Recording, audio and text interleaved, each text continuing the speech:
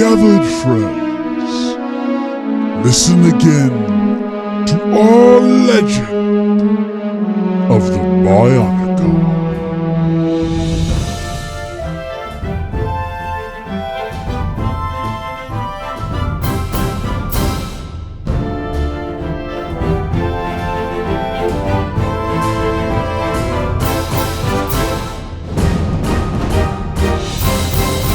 Howdy there, folks. How are y'all doing? My name is Rees, and welcome to BIONICOMM, a Bionicle community podcast that has not been on the air for, 3 years, I believe. It's been a while.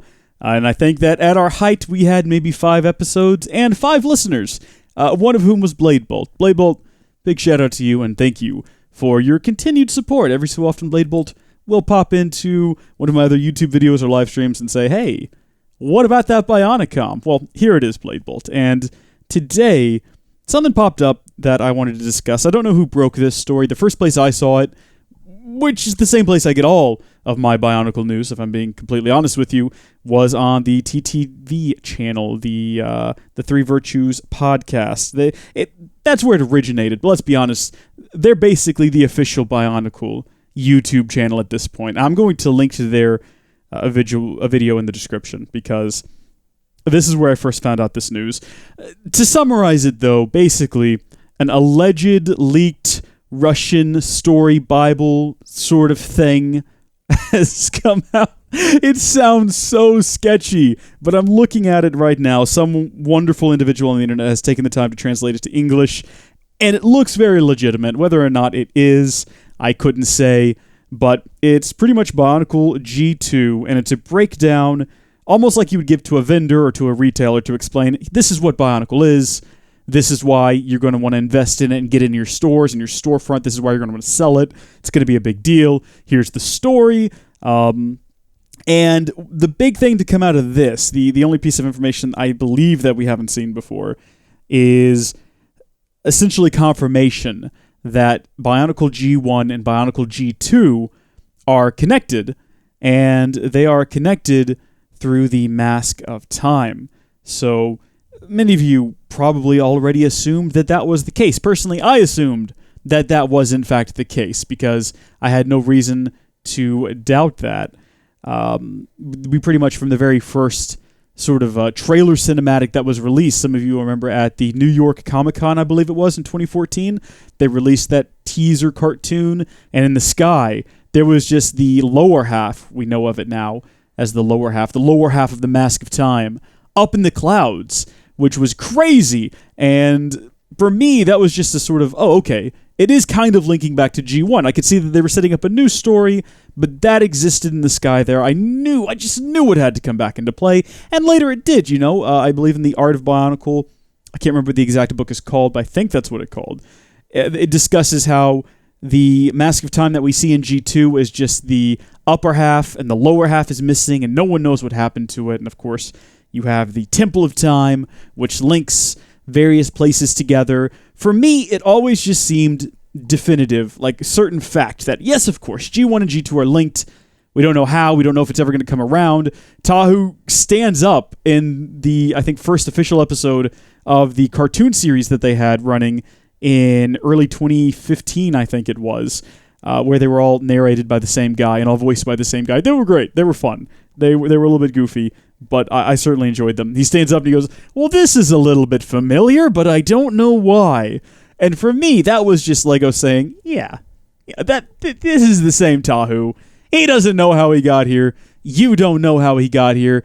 Does it matter how he got here? No, it doesn't. It can be a fun story. Now, what I actually think of G2 and how it turned out is kind of irrelevant. I'm going to go ahead and read this from you. I'll link to the original TTT video about this. TTV, I should say. Three Virtues podcast. TTV. I say TTT every time, like it's Trouble in Terrorist Town. It's not. It's TTV. My apologies. I'm going to link to that video. I'm also going to link to the actual document. I'm not going to show anything on the screen for fear of being, I don't know, pursued and have legal action brought against me. I'm not a cowardly individual, but goodness gracious, I want to be sued by Lego. I love Lego. That would break my heart. I was going to say it would break my heart out, but my heart's not in a cage. It doesn't need to be broken out, I assure you. So this is translated, I think, from English to Russian for the guide, and then from Russian, this was a leaked guide, back to English. So buckle up. I'm going to do my best to read this. It mostly makes sense. So this is from a page titled Time Chases Everything, and then in big, bold, red text, internal use only. See how that worked out. We want to draw from the original, initial plot of Bionicle, but not to be limited by it. We're going to achieve this with the following trick. The original story involved the Mask of Time, which granted its owner the ability to alter the flow of time. But the Mask of Time was a half mask. Here is our trick. The second half of the Mask of Time is located on the island of Okoto. The 6 protectors use it to summon the Toa. We believe it will be enough to link the 2 plot lines and awaken the imagination of the longtime fans. With this, we encourage them to come up with their own explanation. What exactly happened is not important to us, but we need this trick because it allows us to tell the story of Bionicle anew. Thus, we've come to the beginning, but the circumstances have changed. The characters are the same, but the island and the plot have changed. This allows us to achieve 3 goals. 1, we've come to the beginning, not burdened by what happened in the past. 2, using the mask known to longtime fans, we support, maintain, encourage their interest, encouraging them to fill in the blanks and come up with a story that links the 2 worlds of Bionicle. 3, we can use the treasure trove of previously created content, but do it dynamically. We can use it as a source of inspiration without getting bogged down by the details. So, I don't know about the rest of you, but that's what I always assumed. That's the end of the article post, by the way. End quote. I don't think I ever said begin quote. Hopefully you were able to figure it out when I started doing that strange voice with the different inflections and how I normally speak. But definitely end quote several sentences ago.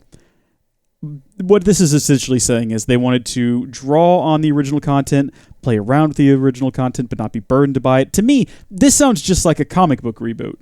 You know, they do pretty much the same thing. They say, hey, we're going to restart a new Spider-Man series, and Uncle Ben was killed, and he's living with Aunt May, but it's all a little bit different. And if you want to do it in the way that some various comic book industries or companies have done it, they all exist. They just take place in parallel universes. So you have, one Marvel universe where it's the original Spider-Man, and then one where it's Spider-Man, but things are a little bit different because he's not growing up in the 60s anymore. It's the 90s, and he's extreme. And they're basically the same character, sort of having the same life, but in 2 different alternating dimensions.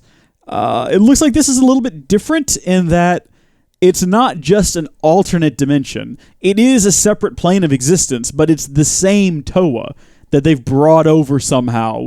And there is the issue that we see Vakama, even in the movie. We see him make the Mask of Time.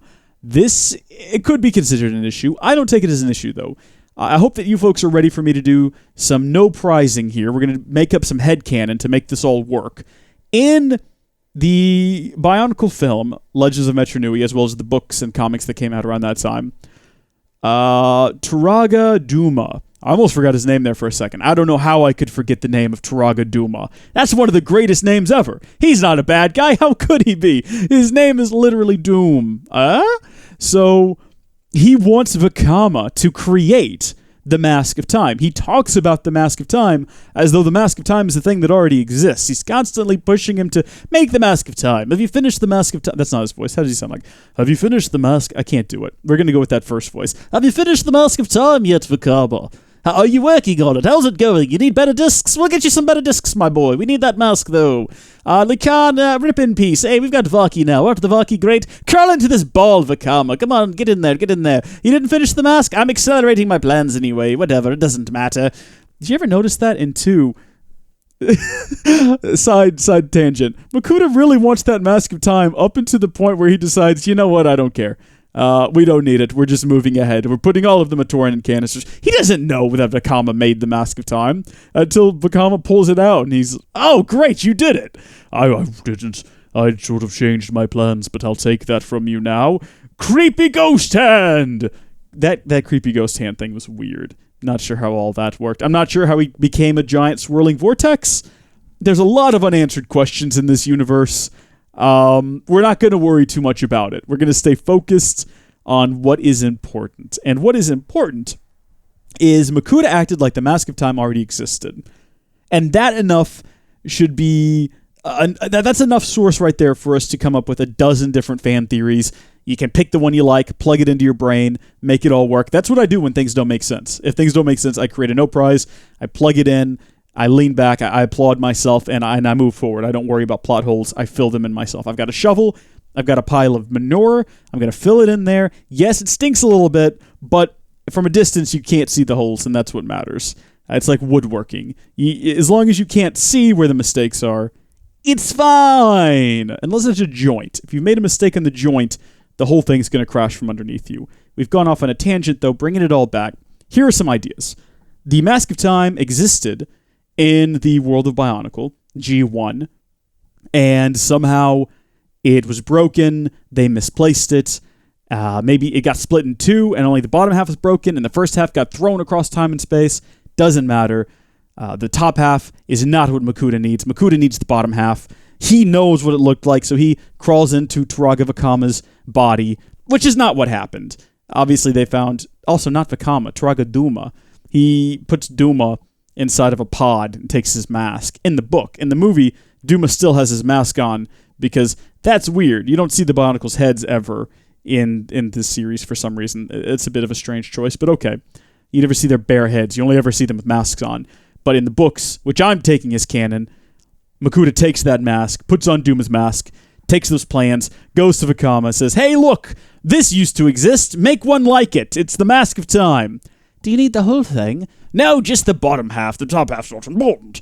I'll be seeing you later, Vakama." And then he leaves, and Vakama, "Oh, okay, I guess I'll have to make this. I don't know how." That's how Vakama sounded, yeah?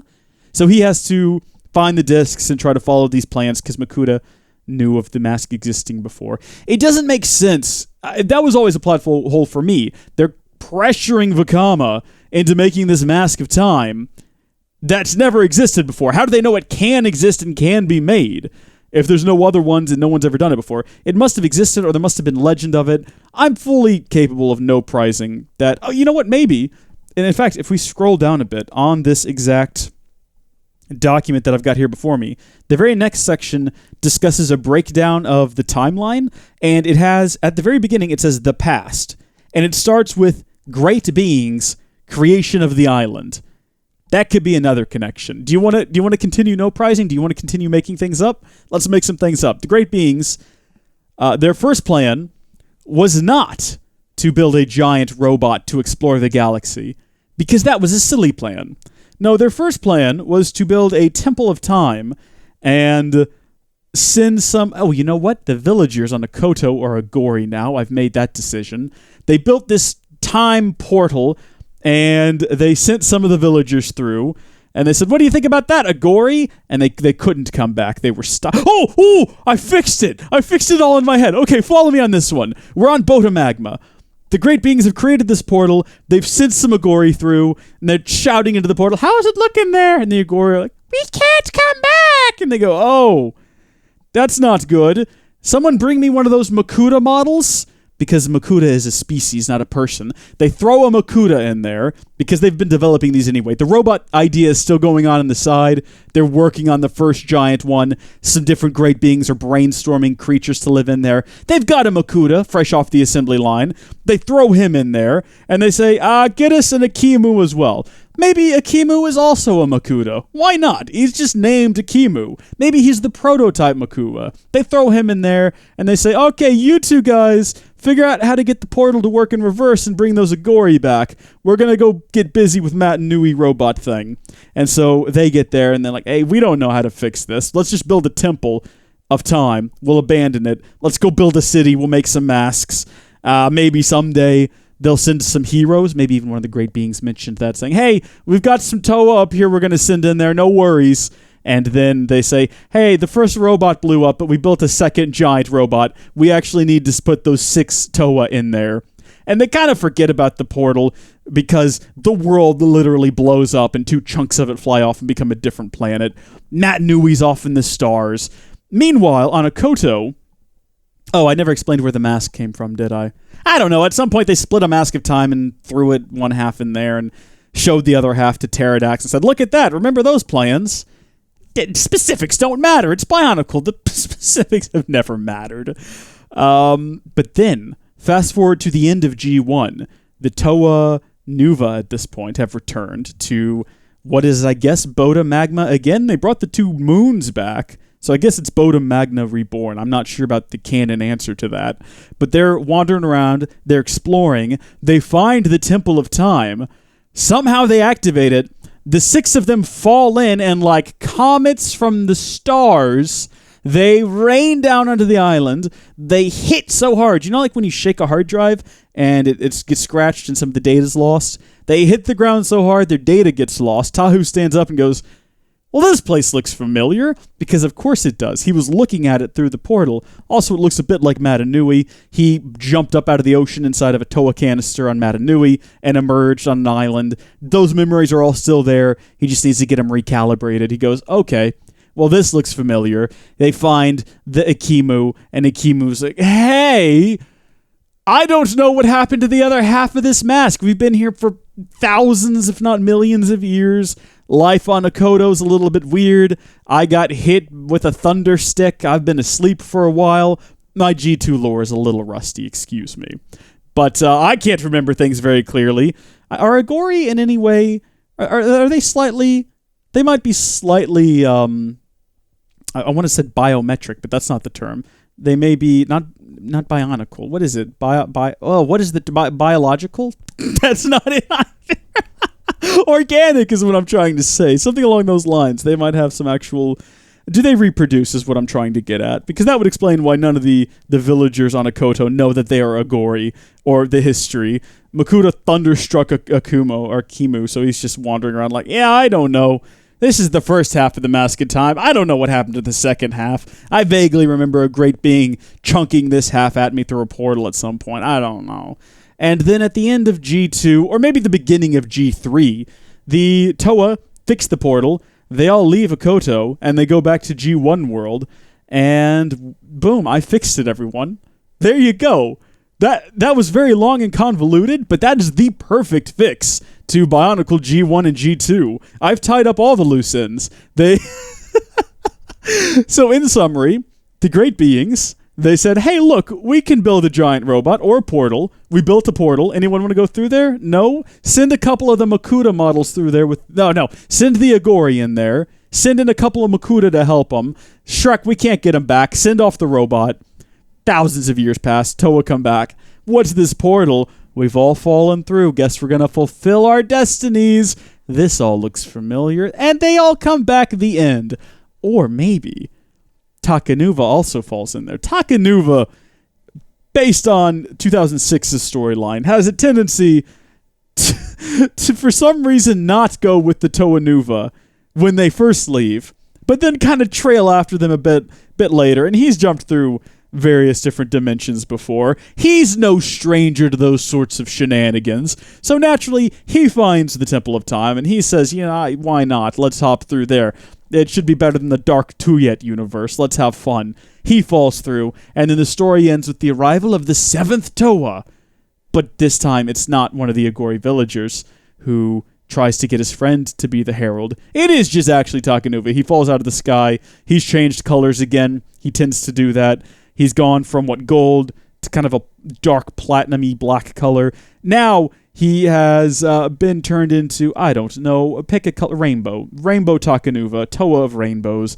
He shoots a rainbow off the ground and into the portal, and everyone hops on it, and they kind of like, if you've ever seen Spy Kids, when all of the weird mutants slide down the rainbow at the beginning of the show, who, what, when, where, and why, kind of like that, but in reverse. They rewind it, and what you hear is, help us, Okoto's real bad, help us, Okoto's real bad, and they get sucked back up, and they're all back in the G1 universe, and all the Agori look at the villagers and say, what happened to you? And all the villagers say, what even are you? My computer just went to sleep. I'm kind of hoping that it's still recording audio. Maybe that's a sign, though, when my computer goes to sleep, that I need to stop, because I've been yammering for, nearly 20 minutes now. So let's go ahead and close this. Thank you, folks, for listening. I hope that you've enjoyed this, a brief little moment of Bionicle. So much has changed since we did this show. 4 years have passed, maybe 3 years. I think we did one in 2015. I have a house now. When we started this show, I lived in one gigantic room. It was my apartment. There was no bedroom, kitchen, anything like that. It was just one giant room. On one end, there was a sink and a refrigerator. On the other end was my bed. It wasn't even that big of a room now that I think about it. I have a house. I bought a house. That's the thing that happened. Bionicle got canceled again. It'll come back, though. I fully believe it'll come back because it's sort of like, like I say, it's a bit like rebooting a James Bond at this point, or rebooting any other franchise. Lego's got it. They know it's gold. They just have to do it right. Last time they didn't. We could discuss that, but we're not going to today. Boy, if they would give me the rights, I could tell one heck of a story. My Gen 3 would not connect to G1 or G2. It would be sort of a simplified, but also more mature version of a G1, where things make a little bit more sense and the story flows a little bit better, and I don't have to have so many manure-filled plot holes, because there's a lot of them in that. Why were there masks hidden all over Matanui? Who did that? Did Vakama do that? For what purpose? Hey, maybe Six Toe will show up. I don't know. It'd be nice. I'm gonna hide these islands all over the face of Matanui, and then they can prove that they're the heroes when they get... Why would you do that, Vakama? Surely he didn't do it. Was it part of the active camouflage? When Matanui crashed, did it just actively camouflage his face and then also put some masks out there? I don't know. I honestly don't know. And those questions and more would be answered in my Bionicle G3 or G1.5, G1 Take 2. We'll discuss that maybe another day. Thank you, folks, for listening. Blade Bolt, thank you for sticking with the channel. God bless you, and I'll see you later. Bye.